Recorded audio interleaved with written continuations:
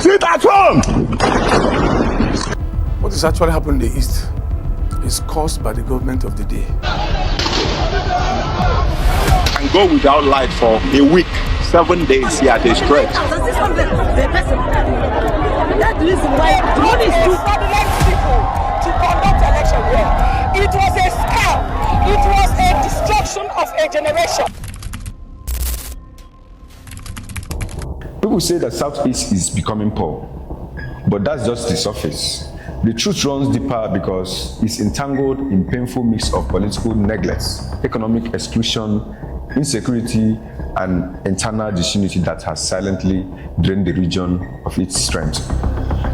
This is not the kind of poverty that comes from laziness or lack of skill, as people tend to think is actually the reason. No, the Southeast is home to some of the most industrious, entrepreneurs, and enterprising people in the country.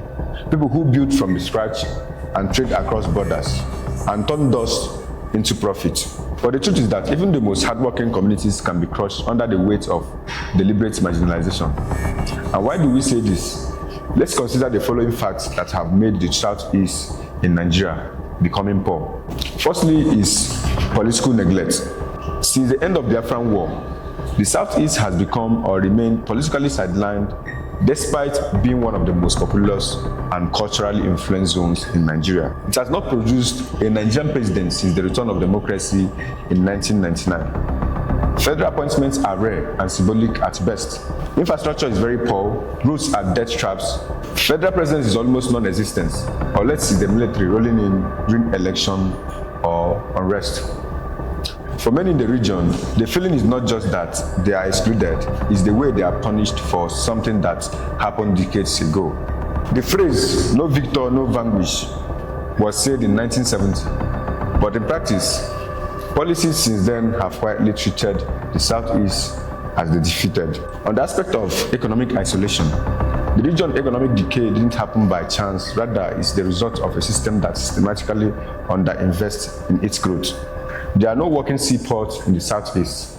The international airport in Enugu is barely functional and often underfunded. Rail lines stop far from regions. Major industries that once powered the city, like Aba, Nnewi, and Onitsha, have died slow, painful deaths. Young people who want to thrive are forced to migrate. Those who stay behind rely on trade, local manufacturing, and personal hustle to survive. And they do all this without much government support or investment. Federal budgets routinely show little capital spending in the region. And when investors look at Nigeria, the Southeast is barely or rarely on the list of destinations encouraged by the state. On the aspect of insecurity, the Southeast has in recent years become a zone of deep insecurity, from unknown gunmen to criminal gangs and political charge killing and military crackdown. The region lives under tension. Business closed early, villages sleep in fear, entire communities have been displaced, and lives lost in violence that seems endless. And while insecurity affects many parts of Nigeria, the Southeast faces a unique burden where even peaceful demands for justice or autonomy often meets with military force instead of dialogue. The rising violence in turn discourages investors, drive away talent, and leaves families trapped in survival mode. Let's talk about internal fragmentation and conflict. But not all the wounds are external. The Southeast also suffers from internal division that weakens its voice and direction. Unlike other regions with centralized leadership or strong political blocs, the Igbo political space is often fragmented because it's full of competing voices, clashing ambitions, and short-term thinking. Governors hardly speak with one voice. Political leaders often align with outside forces for personal gain. The lack of united front has allowed the region's issues to be sidelined time and time again in national discourse. When everyone is pulling in different directions, the center cannot hold. This disunity has also affected regional planning. Projects are rarely coordinated across the state lines. Policies are often overlapped or contradicted. Instead of building a strong economic political alliance within, the state sometimes operates in isolation, chasing federal relevance that never really arrives. And lastly, resilience and survival. No doubt the Southeast survives.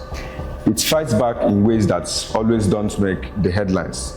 But if you look at the markets of Onitsha, the mentioned parts of Nnewi, the leather goods of Aba, and the digital mines emerging from Enugu, you see that these are signs that the region's soul is not dead. What the Southeast lacks is political favor. It makes up for resilience, but in as much as they are strong, resilience is not a development strategy. A region cannot live forever or struggle alone. It needs policy, it needs justice, it needs peace, and most importantly, it needs inclusion, not just in words, but in actions. And until Nigeria faces this truth and begins to treat the Southeast not as a tolerated region, but as a full stakeholders in the nation's future, the poverty will not just remain, it may grow even deeper. The poverty of Southeast is not just a reflection of its people, it's far from it. Instead, it's a reflection of the country that has turned its back on a part of itself. And any nation that abandons a part of itself cannot truly move forward.